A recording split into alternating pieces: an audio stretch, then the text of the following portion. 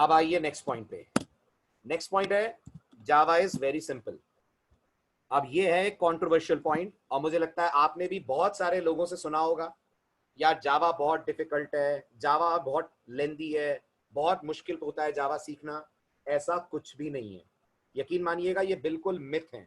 अगर ऐसा होता तो आज जावा 3 बिलियन डिवाइसेस पे ना चल रही होती।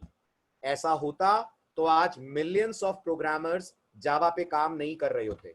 तो सुनिए जावा के बारे में ये मिथ क्यों है लोगों में कि जावा बहुत डिफिकल्ट है। जावा डिफिकल्ट उन लोगों के लिए है जिन्हें प्रोग्रामिंग बिल्कुल नहीं आती है, यानी उन लोगों के लिए जिनसे पूछा जाए लैंग्वेजेस क्या होती हैं तो जवाब देते हैं हिंदी, इंग्लिश, गुजराती, मराठी। जो ये लेवल रखते हैं कंप्यूटर्स में उनके लिए जावा जरूर डिफिकल्ट है।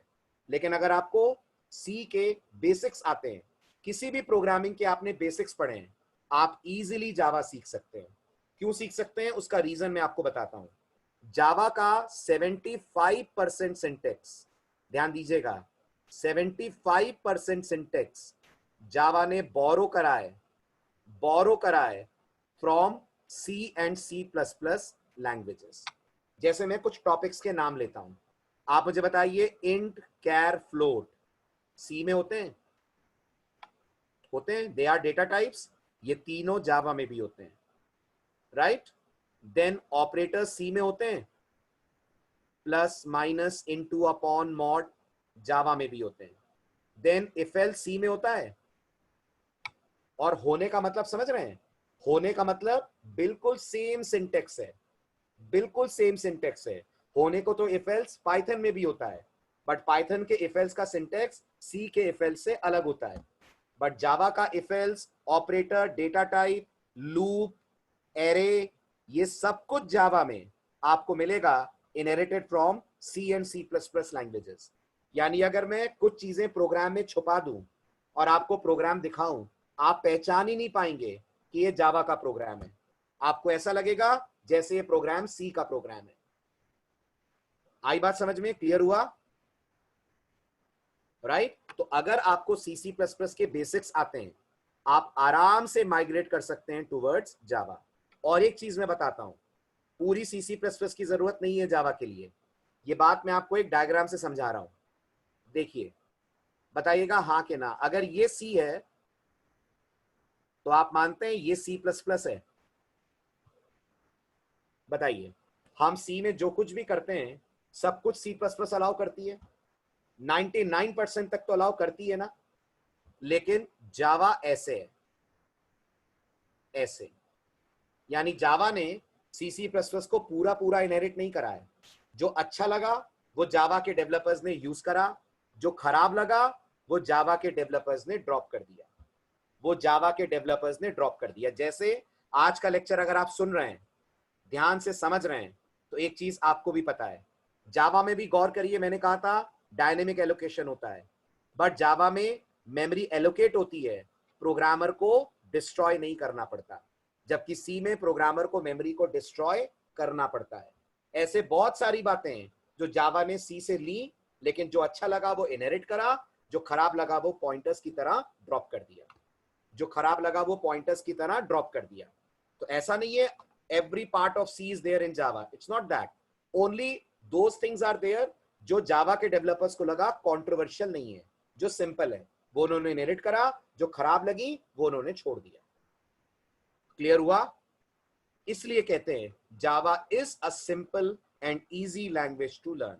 In fact Java is the best language अगर आप मार्केट में अपनी जगह बनाना चाहते हैं। बिल्कुल शिव जी की तरह विश पी लेंगे आप अगर आपने जावा पढ़ ली तो। आप ये मान लीजिए अमर हो जाएंगे। अगर जावा पढ़ ली तो दुनिया की कोई भी लैंग्वेज जावा के बाद बहुत आसान आपको लगेगी, यकीन मानिए, इट्स अ रियल ट्रुथ। आप एक बार जावा पढ़ लीजिए, आपको जितने मॉडर्न फीचर्स हैं वो सब जावा में दिख जाएंगे। फिर आप कोई भी लैंग्वेज पढ़िए, सी शार्प की तरफ जाइए, पीएचपी की तरफ जाइए, वो सब आपको बहुत सिंपल लगेंगी। आपको लगेगा they are very easy to learn. Java की अच्छी खासी मार्केट वैल्यू है, मैंने लास्ट लेक्चर में बताया था, टॉप 5 लैंग्वेजेस में है आज भी जावा।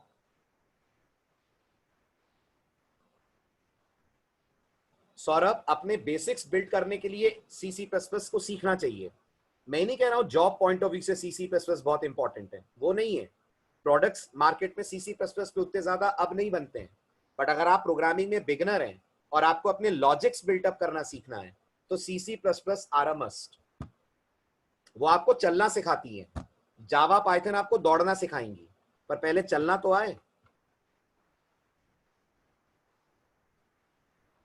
राइट?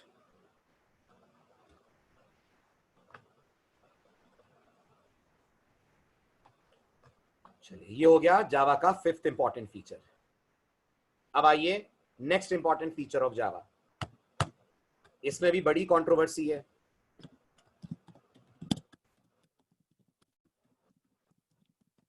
ठीक, फुली ऑब्जेक्ट ओरिएंटेड। क्या मतलब है इस फीचर का?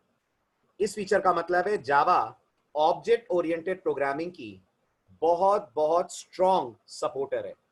यानी जावा में जब भी आप कोई प्रोग्राम बनाते हैं, आपका छोटे से छोटा कोड ऑब्जेक्ट ओरिएंटेड कॉन्सेप्ट से इंस्पायर्ड होता है।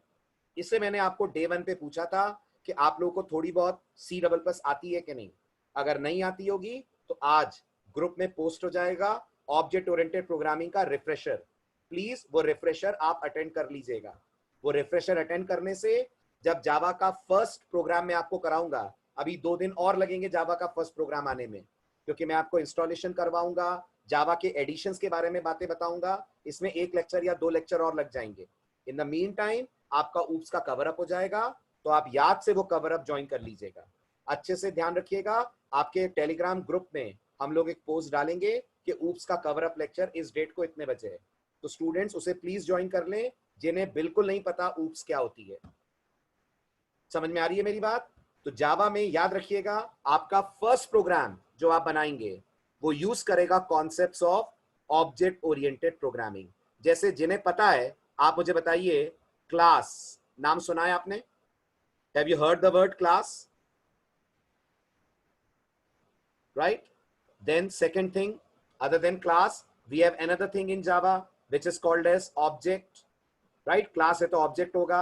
then we have inheritance, then we have polymorphism, then we have encapsulation। ये सारे oops के कॉन्सेप्ट्स हैं और ये सब आपको जावा में स्ट्रांगली सपोर्ट होते हुए मिलेंगे। खास तौर पे गौर करिएगा, जावा एनकैप्सुलेशन को बहुत अच्छे से मानती है। जिन्हें पता हो आपको मैं याद दिला दूं, एनकैप्सुलेशन कहता है हर प्रोग्राम जो आप बनाएं उसमें डेटा सिक्योर करें, और डेटा सिक्योर करने के लिए जरूरी होती है कि हम प्रोग्रामिंग में यूज करें क्लास। इसलिए जावा के अंदर आप छोटा सा प्रोग्राम भी बनाएंगे, हेलो भी अगर आप लिखेंगे, तो आपको उस प्रोग्राम में यूज करनी पड़ेगी क्लास। समझ में आ रही है बात? तो even simplest program in Java makes use of concepts of object oriented programming. और जावा इतना स्ट्रांगली ऊप्स के कॉन्सेप्ट को सपोर्ट करती है कि हम ये मानते हैं कि बिना ऑब्जेक्ट ओरिएंटेड प्रोग्रामिंग को फॉलो करे हुए जावा में आप कोई कोड नहीं लिख सकते। अब आपने सुना होगा, मैंने एक लाइन बोली थी, इस पॉइंट को लेकर कंट्रोवर्सी है कि जावा फुली ऑब्जेक्ट ओरिएंटेड है। तो सुनिए वो कंट्रोवर्सी क्यों है। नॉर्मली एक फुली ऑब्जेक्ट ओरिएंटेड लैंग्वेज में सिर्फ ऑब्जेक्ट्स होते हैं, वेरिएबल्स नहीं होते हैं। एक फुली ऑब्जेक्ट ओरिएंटेड लैंग्वेज में वेरिएबल नाम की कोई चीज नहीं होती है, सिर्फ ऑब्जेक्ट्स नाम की चीजें एग्जिस्ट करती हैं। बट आप आज का लेक्चर अगर ध्यान से देख रहे हैं, समझ रहे हैं, तो मैं बार बार आपको बोल रहा हूं जावा में डेटा टाइप्स होती हैं। आप समझ सकते होंगे अगर डेटा टाइप होती हैं तो ऑब्वियस सी बात है इन डेटा टाइप के बनते होंगे वेरिएबल्स। आपने देखा भी होगा, मैंने जावा में आपको एक वेरिएबल बना के दिखाया भी है। देखिए यहां भी मैंने लिखा है, जावा के अंदर भी हम लोग इस तरीके से स्टैटिक एलोकेशन कर सकते हैं और लिख सकते हैं इंट ए। अब बहुत से लोगों को यह डाउट होता है कि जब जावा में हम इंट ए लिख सकते हैं तो ये तो हमने वेरिएबल बना दिया, और एक फुल ऑब्जेक्ट ओरिएंटेड लैंग्वेज में तो हमने सीखा है वेरिएबल्स होते ही नहीं है। तो मैं आपको बता दूं, हम प्रोग्रामर्स अगर चाहें तो जावा में इन वेरिएबल्स को कन्वर्ट कर सकते हैं इनटू ऑब्जेक्ट, एक कॉन्सेप्ट यूज करके। आपके नोटिस में बस वो कॉन्सेप्ट ला रहा हूं, पढ़ाऊंगा आपको आगे, और इस कॉन्सेप्ट का नाम होता है ऑटो बॉक्सिंग। ये कॉन्सेप्ट जब आप सीखेंगे जावा में, तब आप देखेंगे जावा आप पे छोड़ती है, आप डिसाइड करिए कि आपको वेरिएबल्स चाहिए या आपको वेरिएबल्स की जगह पर ऑब्जेक्ट चाहिए। इसलिए अगर आप जावा को ढंग से पढ़ें, अच्छे से पढ़ें, तो आप इस चीज के लिए बोल सकते हैं किसी के भी सामने कि although Java allows us to declare variable, but Java also allows us to convert these variables into objects. बात आई समझ में? क्लियर हुआ? इसलिए जावा एक फुली ऑब्जेक्ट ओरिएंटेड लैंग्वेज बोली जा सकती है विदाउट एनी डाउट। ठीक, last but not the least, Java का आखिरी इंपॉर्टेंट फीचर, आज के लेक्चर का last part. Java is a language which strongly supports the concept of multi-threading. अब multi-threading नाम की चीज आपने C++ में ना कभी सुनी होगी ना पढ़ी होगी, तो मैं आपको बिल्कुल बेसिक लेवल से बताता हूं ये क्या है। बस ये जान लीजिएगा ये जावा का आखिरी टॉपिक है and one of the most difficult topics होता है, but one of the most important topic भी है।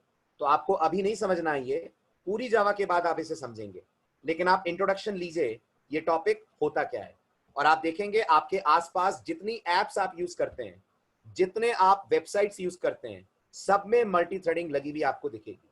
ठीक है, पहले मैं समझा दूं मल्टी थ्रेडिंग क्या होती है। मैं आपसे एक बार फिर सी लैंग्वेज में एक सवाल पूछूंगा, तो मुझे बताइए सी में मैंने मेन फंक्शन बनाया। ओके, मेन के अंदर से मैंने सबसे पहले एक फंक्शन कॉल करा जिसका नाम है प्राइम। अंदाजा आप आराम से लगा सकते होंगे, प्राइम फंक्शन का काम होगा चेक करना कि 7 प्राइम है या नहीं है। ठीक है, प्राइम के बाद मैंने फैक्टोरियल नाम का फंक्शन कॉल करा सी लैंग्वेज में, और मैंने फैक्टोरियल को बोला 5 का फैक्टोरियल निकालो। और इसके बाद मैंने एक फंक्शन और कॉल करा जिसका नाम है इवन ऑड, और मैंने इसको कहा चेक करके बताओ कि 10 इवन है कि ऑड है। मेरा पहला सवाल आप सबसे ये है, ये तीनों कौन है? जल्दी बताइए। बिल्कुल सही, ये तीनों के तीनों फंक्शंस हैं। सी में जो मैंने लिखे हैं they are called functions. Okay, C में प्रोग्राम एग्जीक्यूट कहां से होता है? एग्जीक्यूट होना कहां से शुरू होता है? सी में ऑपरेटिंग सिस्टम एग्जीक्यूट करना शुरू करता है फ्रॉम मेन। तो main is the first function which is called. आप मानते हैं आपके प्रोग्राम में सबसे पहले कॉल होने वाला फंक्शन मेन होता है। ठीक है, अब मेन के बाद प्राइम कॉल होगा, यस और नो होगा?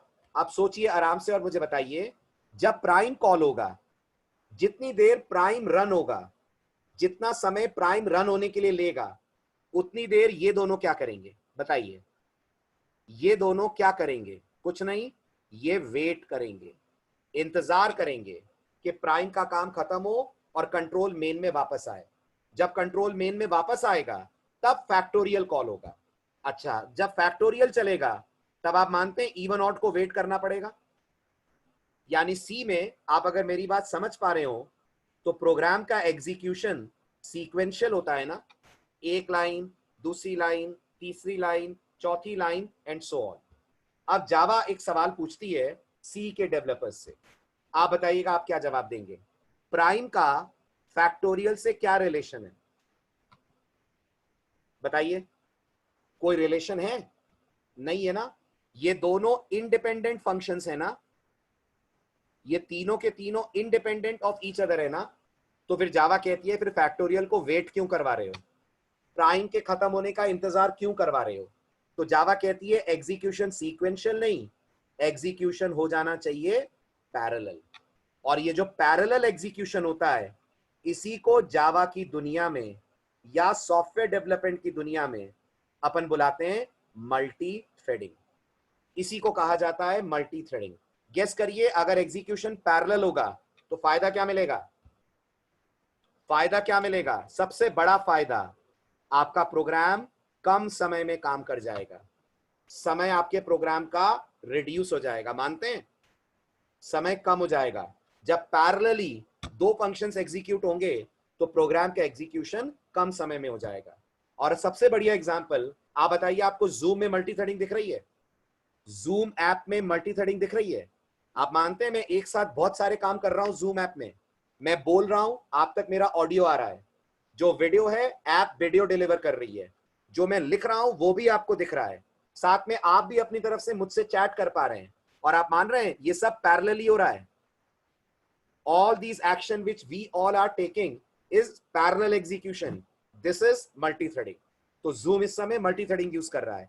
गेस करिए नहीं कर रहा होता तो, गेस करिए Zoom multi-threading यूज नहीं कर रहा होता तो, या तो मैं ऑडियो आपको सुना पाता या वीडियो देख पाता. आप अगर चैट में कुछ लिखते तो कोई और नहीं लिख पाता. आप अगर कुछ बोल रहे होते तो कोई और बीच में नहीं बोल पाता. जबकि सोचिए अगर मैं आप सबको अनम्यूट कर दूं, आप सबका ऑडियो पैरेलली आएगा सर्वर पे. अगर आप सबको अनम्यूट कर दूं, आप सबका ऑडियो पैरेलल आएगा. This is called as multi threading. आया समझ में? तो जावा में आप इजीली मल्टी थ्रेडिंग कर सकते हैं. जावा में आप इजीली पैरेलल एग्जीक्यूशन कर सकते हैं. एंड बिकॉज ऑफ दैट आपके प्रोग्राम का समय बचेगा, आपका प्रोग्राम ज्यादा फास्ट काम कर पाएगा. यस मोहम्मद, जावा सी से फास्ट नहीं है. फास्ट नहीं है जावा सी से स्लो है definitely, but C parallel execution नहीं दे पाती ना. राइट, दे पाती है वो भी बेसिक कंपाइलर्स पे नहीं देती है. सी में भी पैरेलल एग्जीक्यूशन है, लेकिन उसके लिए आपको हाई एंड कंपाइलर्स यूज करने पड़ते हैं.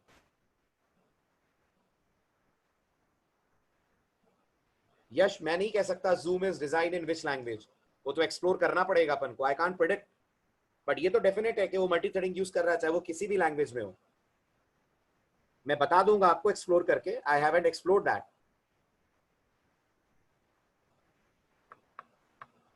Okay, done,